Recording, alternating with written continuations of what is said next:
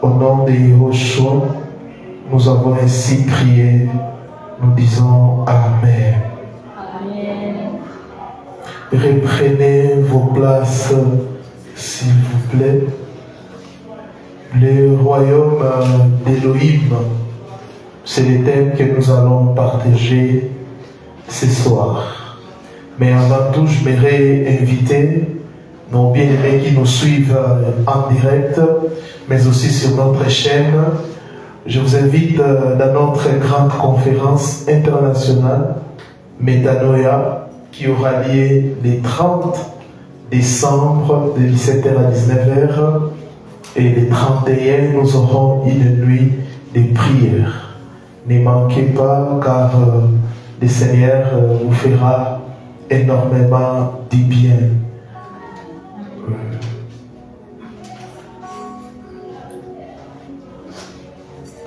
Le royaume d'Élohim. Donc je vous ai salué, mais je ne sais pas, on ne m'a pas fait signe, je ne sais pas si nous sommes en direct, mais si nous sommes en direct, que le Seigneur vous bénisse avec nous. Tenons-nous debout, nous allons lire la parole du Seigneur. Acte 28, 30 à 31. Acte chapitre 28, 30 à 31. Or, Paul demeura 2 ans entiers dans son logement privé où il recevait tous ceux qui venaient le voir, prêchant les royaumes d'Élohim et enseignant les choses qui regardent le Seigneur Yahushua HaMashiach avec toute liberté et sans aucun empêchement. La Bible dit prêchant les royaumes d'Élohim. Donc notre thème c'est le royaume d'Élohim, ou comme certains, la parole, ou plutôt le royaume des dieux. La parole d'Élohim nous montre de façon claire et nette que l'évangile du royaume, et c'est lui qui a été proclamé par Jean-Baptiste, le Seigneur Yahushua Mashiach, les 12 apôtres, l'apôtre Paul et tous les chrétiens du premier siècle. Et dans Matthieu chapitre 24, le verset 14, si vous lisez cela, vous allez voir que Yahushua dit, cet évangile du royaume sera prêché par toute la création pour servir de témoignage à toutes les nations, et alors arrivera la fin. Alors arrivera la fin. Cet évangile du royaume sera prêché par toute la terre, cet évangile du royaume, le royaume d'Élohim. Nous comprenons que le royaume d'Élohim est organisé. C'est un royaume bien organisé, où il y a tout.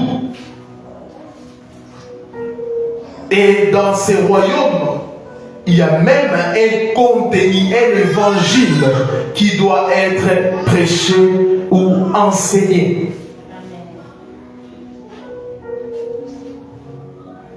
Les points A, nous allons voir l'entrée dans les royaumes. L'entrée dans les royaumes. L'entrée dans les royaumes. Que l'administration fait ici. Les enfants, quand ils nous dérangent, on les met à l'écart pour que nous puissions bien écouter la parole.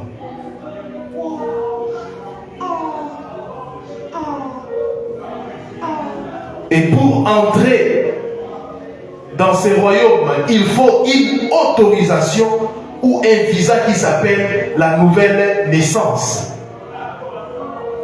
Et Yahushua dit à Nicodème, si un homme n'est né de nouveau, il peut voir le royaume d'Élohim.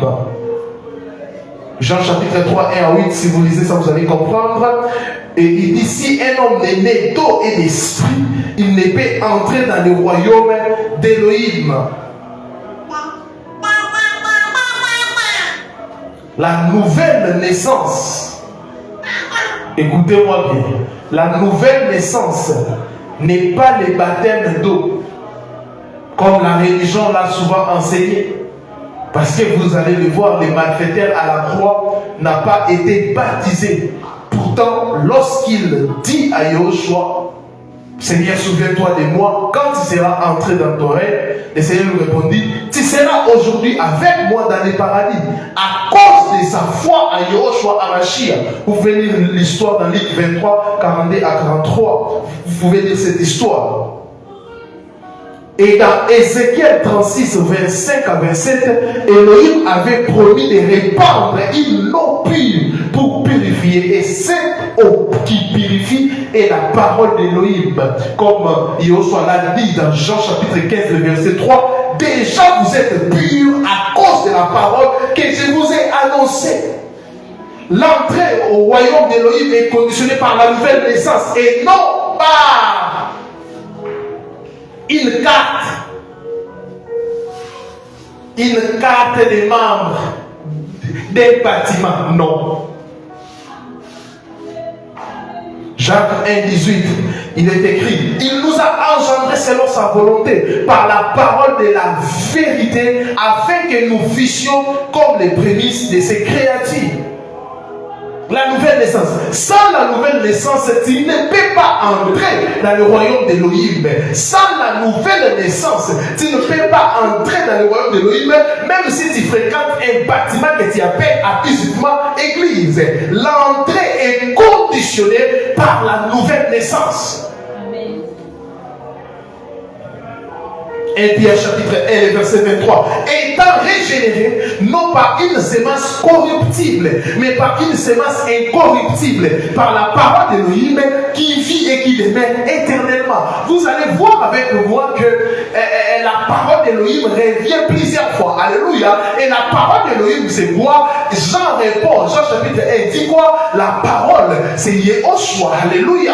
Alléluia. Sans la parole d'Élohim, sans la nouvelle naissance, à d'autres termes, la nouvelle naissance, c'est la condition sine qua non pour entrer dans le royaume d'Élohim. C'est la condition sine qua non. Sans la nouvelle naissance, tu ne peux pas entrer dans le royaume d'Élohim. C'est pour cela que nous avons un problème. La Bible est en train de dire, le Seigneur Yoshua a dit, le royaume d'Élohim a aussi sa manière de faire.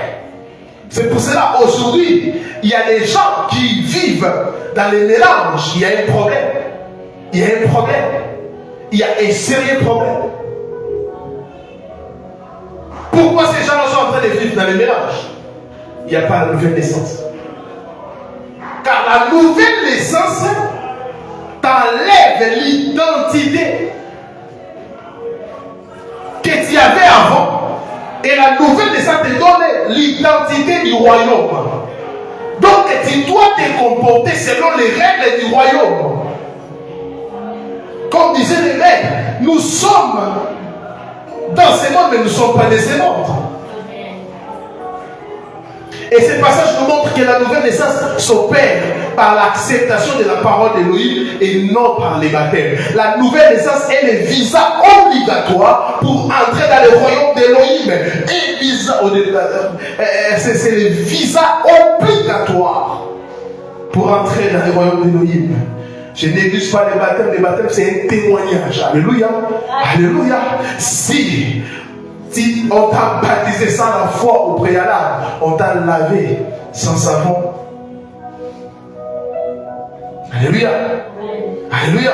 Amen. Ce ne sont pas les bonnes œuvres qui ouvrent la porte de ce royaume, mais la nouvelle naissance. C'est-à-dire qu'il faut recevoir Yehoshua comme Seigneur et comme son sauveur personnel en abandonnant les péchés. Lisez Romains chapitre 10, 9 à 10, Actes chapitre 4, 12 et 11 à 12. Romains chapitre 10, 9 à 10 et Actes chapitre 4, 11 à 12. Ce ne sont pas les bonnes œuvres qui ouvrent la porte de ce royaume. Ce ne sont pas les bonnes œuvres. Quand un païen est en train de faire les bonnes œuvres, bien aimé dans le Seigneur, cela ne peut pas sauver un païen. Alléluia. C'est la foi à Yehoshua qui sauve. Et quand on croit à Yehoshua, nous devons maintenant poser des bonnes œuvres. C'est ça. Ce n'est pas en faisant partie d'une église locale que l'on n'entre dans ce royaume. Ce n'est pas non plus parce qu'on connaît un apôtre, un prophète ou un pasteur qu'on entrera dans ce royaume. Mais c'est en étant né de nouveau. Ce n'est pas parce que tu es proche de pasteur que tu es directement enfant du royaume. Non, ce n'est pas parce qu'un pasteur te connaît que tu es directement enfant du royaume. Ce n'est pas parce que tu fréquentes un bâtiment chaque mercredi, vendredi et dimanche, mardi, jeudi et dimanche que tu deviens fils du royaume. Ce n'est pas parce que tu parles à d'autres langues que tu es d'office fils du royaume, car les diables aussi et les démons parlent à d'autres langues. Ce n'est pas parce que tu prêches la parole, ce n'est pas parce que tu parles de Yehoshua que tu es d'office un enfant du royaume. Tu deviens l'enfant du royaume quand tu crois au Seigneur Yehoshua Hamashiach. Et cela produit en toi la nouvelle naissance. Cela produit en toi la nouvelle naissance. Donc, retenez que l'entrée, le point A, l'entrée dans le royaume d'Élohim est conditionnée par la nouvelle naissance. Yehoshua a dit à Nicodème, qui était venu le soir pour poser la question. Nicodème était un docteur de la parole, mais il ne comprenait pas les mystères que Yehoshua expliquait. Il dit, si un homme est né de nouveau, il ne peut voir le royaume d'Élohim. Et Nicodème dit, mais comment moi je suis grand? Je peux encore rentrer plutôt dans le ventre de ma mère. Il ne comprenait rien, mais il était docteur. Il ne comprenait rien. Il ne comprenait pas les mystères. Et Joshua dit, si un homme n'est né d'eau et d'esprit, il ne peut entrer dans le royaume d'Élohim. C'est la foi en Joshua. C'est la foi en Joshua. Et cette sémence, 1 Pierre 1, 23 le dit, étant régénéré, non par une sémence corruptible. La nature adamique nous a donné une sémence corruptible. Et 1 Pierre dit, cette naissance, ou cette régénération, il dit, ce n'est pas par une sémence corruptible, mais par une sémence incorruptible, par la parole d'Élohim. Pourquoi la sémence est incorruptible? C'est parce qu'un Élohim habite en toi. Tu ne peux plus être corrompu. Tu ne peux plus vivre comme les gens de ce monde. Tu ne peux pas te comporter comme un païen. Tu ne peux pas faire des choses. Aujourd'hui, pourquoi les gens ne sont pas transformés? La religion ne transforme pas. La religion réforme l'homme. La religion ne transforme pas. La religion cherche à tailler l'homme, à réformer l'homme comme des briques. L'homme doit réagir comme un robot. C'est pour cela que vous allez voir, là où il y a la religion, il y a trop de principes extérieurs qui n'ont rien à voir avec la parole. Tu dois porter une veste, mettre une ceinture enfilée et se promener avec des livres. Tu dois faire ça. La religion, c'est la morale. Alors que l'évangile, ce n'est pas d'abord la morale. L'évangile, nous pouvons aussi retrouver d'autres... nous pouvons aussi retrouver la morale. Mais l'évangile n'est pas d'abord la morale. L'évangile transforme. Quand cette sémence incorruptible qui est Yehoshua, qui est la parole d'Élohim, a franchi un homme, l'homme va changer. Cette sémence peut transformer un Koulouna à un docteur de la parole. Cette sémence peut transformer un impudique à un saint. Cette sémence peut transformer un méchant à une personne douce. Cette sémence peut transformer un bandit à un gagnant d'âme. Cette sémence peut transformer une prostituée à une gagnante d'âme. Cette sémence peut transformer.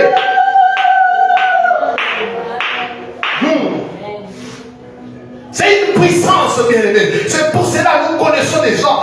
Leurs parents ont échoué. Ils ont dit, cet enfant, on ne peut plus. Mais quand la sémence incorruptible entre dans la vie de cet enfant, les parents se posent la question, qu'est-ce qui s'est passé? Qu'est-ce qui s'est passé pour que Pierre, qui était un menteur, Pierre, qui était un pêcheur de poissons, puisse devenir pêcheur d'hommes? Qu'est-ce qui a fait que cet homme, qui était colérique, Moïse était colérique, il a même tué un Égyptien, il était très colérique, mais regarde ce que la Bible dit de Moïse après la transformation. Il dit que Moïse était doux, Moïse était patient, Moïse était, la Bible parle maintenant des qualités de Moïse. Alléluia.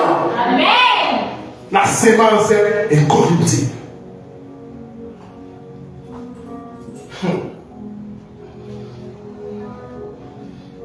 Écoutez, par la parole de l'homme qui vit et qui demeure éternellement. Vous écoutez ça? Ça demeure éternellement. Bien aimé, tout passera. Ah oui, tout passera. C'est pour cela, l'église actuelle, elle est trop matérielle. Des choses de ce monde, tu peux les recevoir sans prier. Parce que les païens aussi reçoivent ces choses sans gêner et prier. Ah oui? Va à l'arrêt. Regarde les véhicules qui passent. Commence à poser aux gens des questions. Es-tu chrétien? Plusieurs te diront, non, je suis musulman, je suis imam, je suis tel. Toutes ces choses, la Bible dit, passeront. Des bâtiments que vous construisez vont passer. Tout passera, sauf La parole d'Élohim. Pourquoi la parole ne peut jamais passer? Parce qu'en réalité, la parole, c'est le Créateur. La parole, c'est l'omniprésent. La parole, c'est l'omniscient. La parole, c'est l'omnipotent. La parole, c'est le très haut. La parole, c'est Elohim le Tout-Puissant. La parole, c'est Yahweh Rapha. La parole, c'est Yahweh Tzidkenu. La parole, c'est Yahvé Nissi. La parole, c'est Yahvé Shama. La parole, c'est la personne de l'Élohim.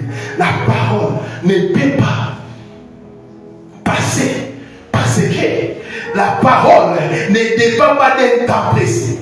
La parole ne dépend pas d'un temps. Avant le temps, il existait déjà. Après le temps, il existera. Amen. Oh, chantez Diabacha. Oh, Rosaïa Mantai. J'aime la parole. J'aime la parole.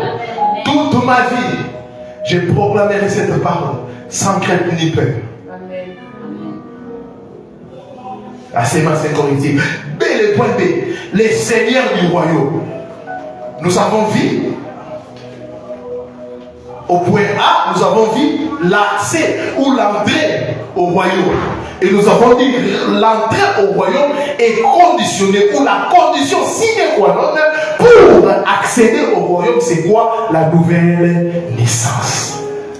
Le point B, les seigneurs du royaume. Parce que dans chaque royaume, si vous ne savez pas, il y a un seigneur qui règne.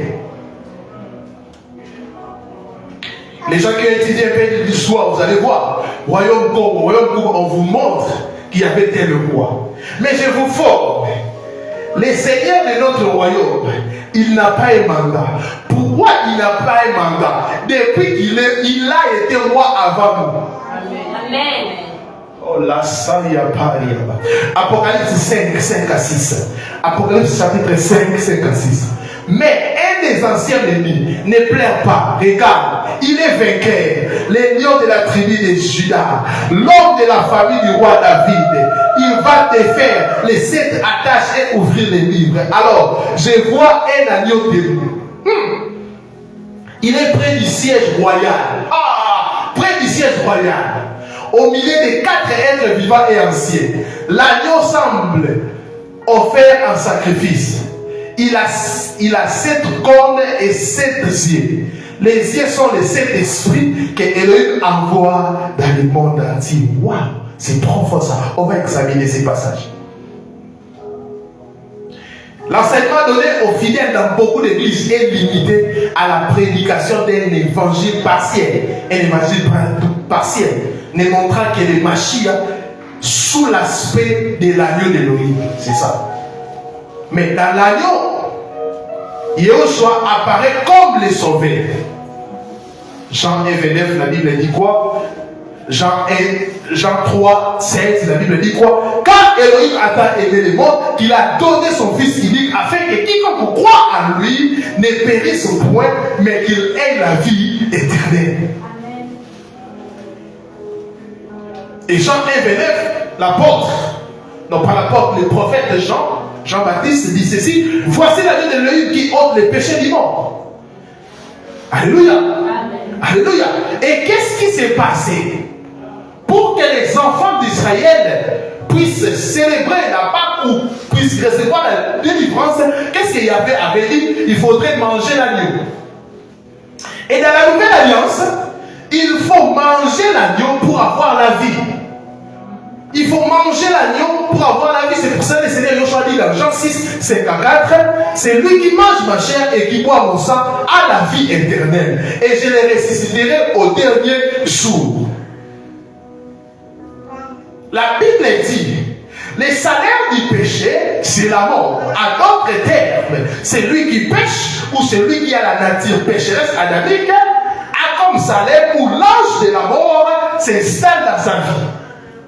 Amen. Amen. Maintenant, écoutez, quand les enfants, écoutez ça, quand les enfants d'Israël célébraient la Pâque, Yoshua avait dit quoi? Vous devez manger l'agneau et mettre les sangs sur votre porte, sur les dos, mettez du sang. Pourquoi mettre le sang? Pour que l'ange de la mort ne puisse pas entrer. Alléluia.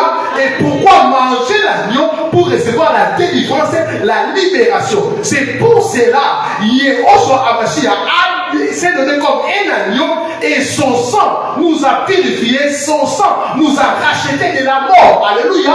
Nous plaçons plus les sangs sur nos linteaux, mais nous avons les sangs à nous. Nous mangeons les sangs. À d'autres termes, en mangeant les sangs, la mort, le salaire du péché qui était la mort en Adam est effacé et auquel nous avons la vie. En mangeant maintenant l'agneau, nous avons la délivrance. Nous avons la délivrance.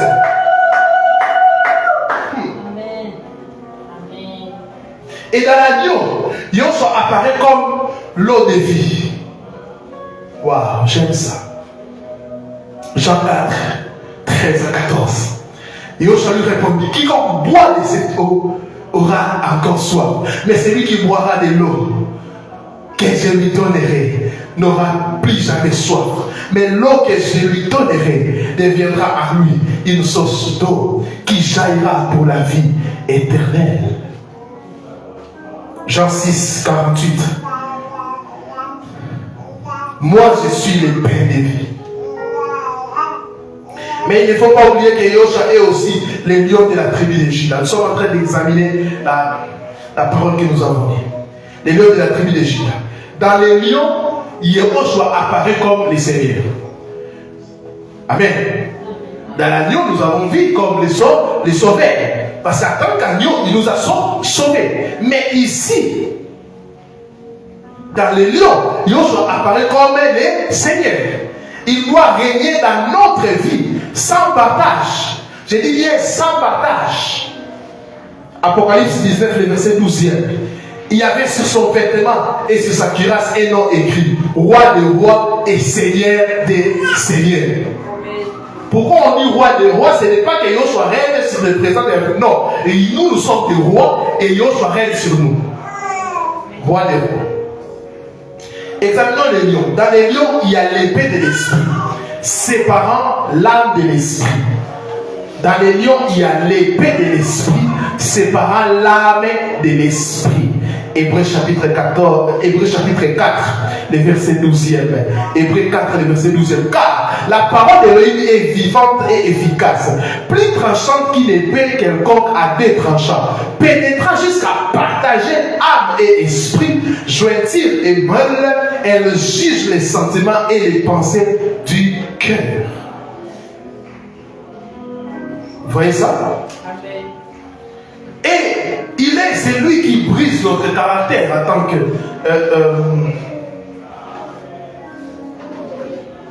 l'épée de l'esprit.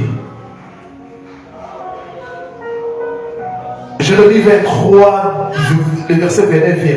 Est-ce que ma parole n'est pas comme un feu?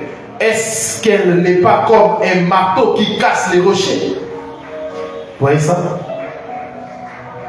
Et je disais, il faut manger l'agneau pour recevoir le salut. C'est dans Jean 6, 31 à 63. Et se laisser avaler par les lions pour mourir à soi-même. Aïe, aïe, aïe, aïe, aïe, aïe. Est-ce que vous avez compris? Il faut manger l'agneau pour recevoir le salut et se laisser avaler par les lions pour mourir à nous-mêmes. C'est ça le brisement. Donc, comme notre sauveur, on mange l'agneau, on a le salut, il nous a sauvés. Mais pour qu'il puisse devenir notre Seigneur, on doit se laisser avaler par les lions pour mourir à nous-mêmes, au péché et au convoitise. Comme Galates 2, vers le dit, ceux qui sont à Mashiach, ils ont crucifié leur chair,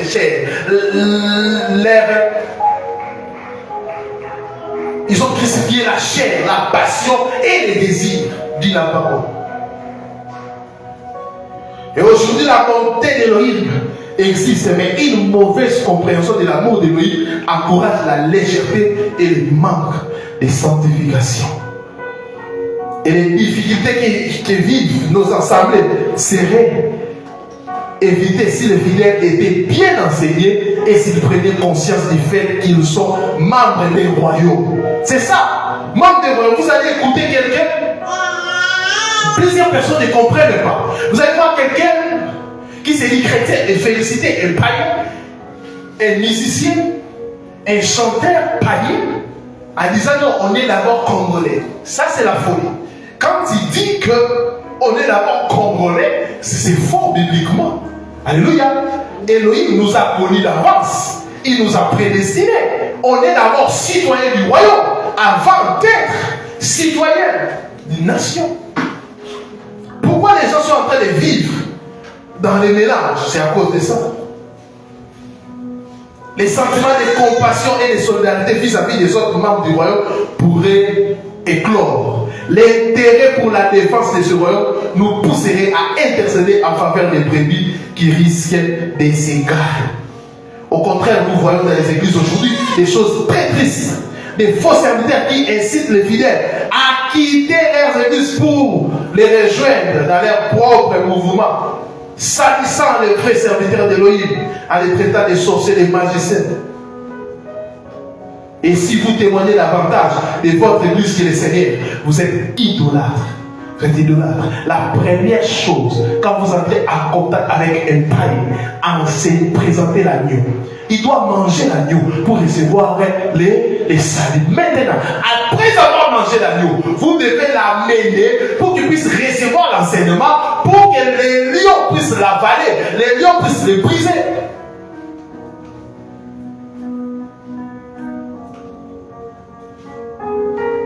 Romains 1,16, j'aime ce passage. Paul disait, je ne prends honte de l'évangile de Mashiach, car c'est la puissance d'Elohim pour le salut de tous ceux qui y croient. Romains 1,16. Paul n'a pas dit pour donner les mariages aux gens. Paul n'a pas dit pour, je ne sais pas, donner des choses matérielles. Mais il dit, je ne prends honte de l'évangile de Mashiach, car c'est la puissance d'Elohim.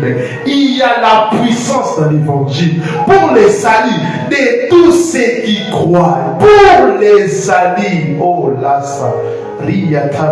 La puissance qui transforme l'âme, l'esprit se trouve dans la parole d'Elohim. Je le répète, la puissance qui transforme l'âme, l'esprit se trouve dans la parole d'Elohim. Si nous prêchons l'évangile du royaume en les vivant, notre témoignage sera efficace pour amener les pécheurs à se convertir et les fidèles à croître, car tel est le but de notre travail et de notre ministère. En évangélisant, ne cherchez pas à amener les personnes dans votre église d'abord. C'est une bonne chose, mais d'abord, cherchez que ces personnes puissent croire au Seigneur, car ils peuvent mourir après votre entretien. S'il faut l'inviter, car la communion fraternelle ou la communion fraternelle, elle est très capitale. Mais il ne faut pas que ces gens-là puissent devenir des idolâtres. Ouais. Il ne faut pas que ces gens-là puissent devenir des idolâtres. Même si vous les orientez dans une assemblée, dans votre assemblée, dans J-phase, mais montrez à ces gens-là l'agneau qui ôte les péchés du monde. C'est ça le problème. L'étatisme a détruit l'église actuelle, où un homme doit être sanctifié. C'est comme si il a donné même un goût d'épaisse de son sang au sang de Seigneur. C'est comme si à la croix il était là. Cherchez à amener les gens dans le royaume d'Elohim où Mashiach règne. Cherchez à amener les gens là-bas. C'est ça notre travail. Tu peux amener quelqu'un dans un bâtiment et la personne finit en enfer. Mais si tu amènes une personne à Christ, il finira au ciel. Et au dernier jour, il te dira merci. Car plusieurs églises sont remplies de cadavres spirituels, des morts spirituels, dansant, chantant, parlant d'autres langues. Mais ils ont la jalousie dans leur cœur. Ils ont la haine dans leur cœur.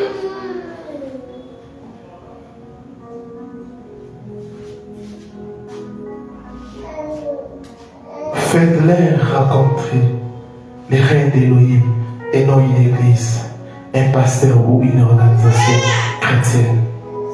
La femme samaritaine dans les livres des gens, au chapitre 4e, connaissait les puits de Jacob et tous les jours, à midi, elle devait s'y rendre pour chercher de l'eau. Elle connaissait les puits de Jacob. Et chaque jour, tous les jours, cette femme, à midi, elle partait pour chercher de l'eau.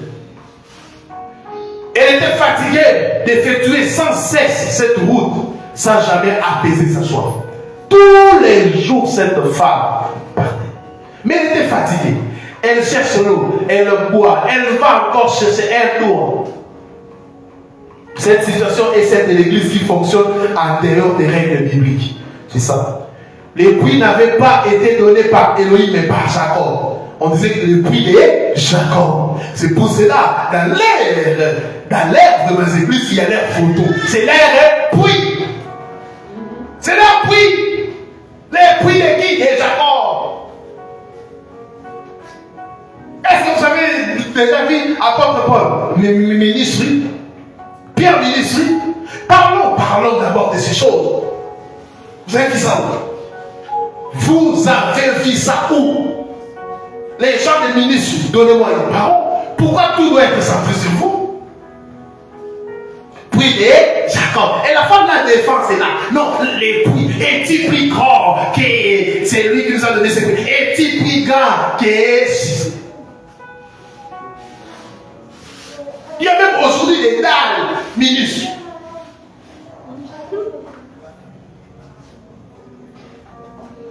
Qui gagne les ministres? Si vous osez ces bêtises ici, on va vous amener à Dolo. Allez faire ça là-bas. Tout ça parce que vous avez vu les anglophones faire ces choses et vous pensez que c'est Dieu. Les puits n'avaient pas été donnés par Elohim, mais par Jacob, qui était certes un serviteur d'Elohim, mais qui n'était qu'un homme. Il n'était qu'un homme. Il était serviteur d'Elohim, mais il n'était qu'un homme. Notre papa l'a fait, Jacques-André Vernou. Il a servi Elohim avec beaucoup de puissance. Est-ce que vous avez vu Jacques-André Vernou ministre? Non. Mais les gens qui se réclament comme leur fils, ils sont dans ça. Confusion. Confusion. Quelqu'un travaille dans une église locale, il veut toujours être différent des autres. Il laisse cette église pour devenir ministre.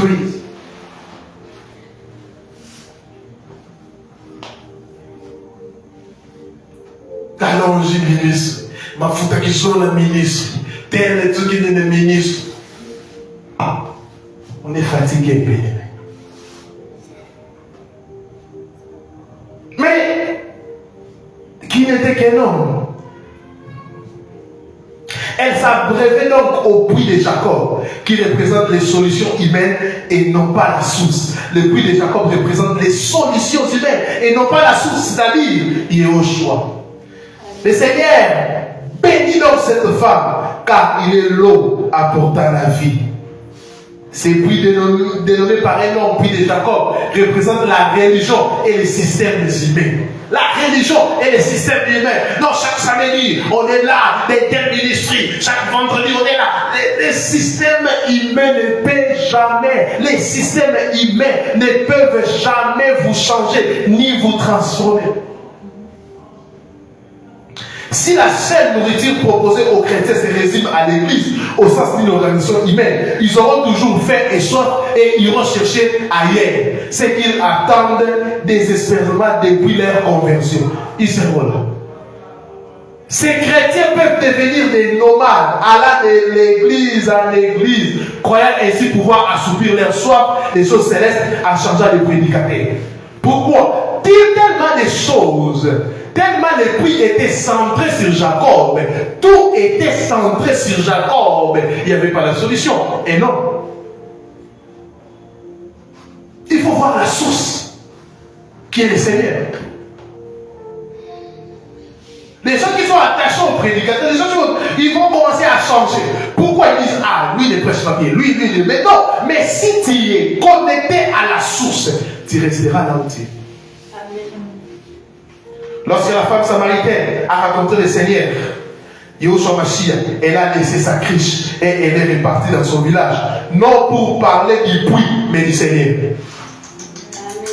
Les gens pensaient qu'elle revenait pour dire, il y a des l'eau dans le puits. Non, elle a laissé sa criche. Elle a laissé sa criche. Abandonner la criche de la religion, abandonner la criche du péché, abandonner la criche du mensonge.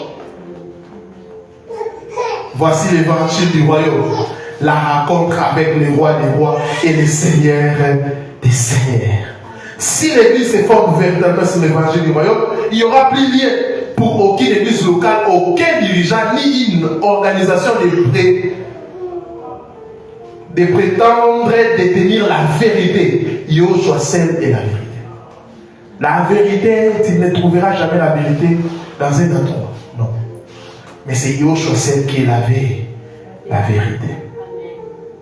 Et les chrétiens appartiennent tous au même royaume. Tous au même royaume. Il y a un seul royaume où Yahushua est. Les diversités des dons des ministères ne doivent pas les diviser, mais au contraire, elles doivent les réunir tout en créant une interdépendance les uns avec les autres, de telle sorte que personne ne dira du mal de l'autre. C'est ça le travail que nous devons faire. Car, comme le corps était tout, étant composé de plusieurs membres, et tous les membres du corps, malgré leur nombre, ne forment qu'un seul corps, ainsi allait-il du corps de Mashiach. Je vais lire un passage après avoir prié. 1 Corinthiens 12, 16 à 27. 12, 16 à 27. Et si l'oreille disait, parce que je ne suis pas l'air, je ne suis pas du corps, ne serait-il pourtant pas du corps? Si tout le corps était un, où serait lui? Et s'il était tout oui, où serait l'odorat? Mais maintenant, Elohim a placé chaque membre dans le corps comme il a voulu. Et s'il était tous qu'un seul membre, où serait le corps? Mais maintenant, il y a plusieurs membres et un seul corps. Et l'œil ne peut pas dire à la main, je n'ai pas besoin de toi, ni encore la tête aux pieds, je n'ai pas besoin de vous. Mais bien au contraire, les membres du corps qui paraissent les plus faibles sont nécessaires. Waouh! Et c'est que nous estimons les moins honorables dans le corps, nous les entourons d'un plus grand honneur, de sorte que ceux qui sont les moins honnêtes sont les plus honorés. Au lieu que ceux qui sont honnêtes n'en ont pas besoin, mais Elohim a tellement disposé les corps qu'il a donné plus d'honneur à celui qui a manqué, afin qu'il n'ait point de division dans les corps, mais que les membres aient un soin mutuel les uns aux autres. Aussi, lorsqu'un membre souffre, tous les membres souffrent avec lui.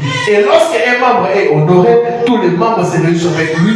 Oh, vous êtes le corps de Mashiach et vous êtes ses membres, chacun en particulier. Il y a un seul Seigneur, mais il y a plusieurs membres. Il y a un seul Seigneur, il y a diversité de dons. Il y a un seul Seigneur, il y a diversité de ministères. Chacun travaille pour que le Seigneur puisse être honoré. Chacun travaille pour que le Seigneur puisse être présenté. Tout le monde travaille pour que le Seigneur puisse gagner. Tout le monde travaille pour que le Seigneur puisse être connu. Alléluia. Si quelqu'un travaille pour que son âme puisse être connu, il n'est pas dans notre royaume. Si quelqu'un travaille pour que la cabane puisse être connue, il n'est pas dans notre royaume. Si quelqu'un travaille pour que le diable soit connu, il n'est pas dans notre royaume. Nous avons un seul Seigneur et tout le monde doit travailler pour que le Seigneur puisse être connu. La Bible dit, cette bonne nouvelle du royaume sera annoncée. Toute la création et après viendra la fin. C'est ça notre mission. Nous devons présenter aux hommes l'agneau ignoré. Est-ce que est-il dans le royaume du Seigneur? Est-ce que le Seigneur est règne dans ta vie? Si tu n'as pas répondu à toutes ces questions, tu as un problème dans ta vie. Je t'invite ce soir à prier pour que Yahushua puisse entrer dans ta vie afin que tu puisses devenir membre du royaume d'Élohim. Et deuxième chose, le Seigneur doit régner dans ta vie. Que nous soyons bénis. Prions, prions. Tenons-nous bien.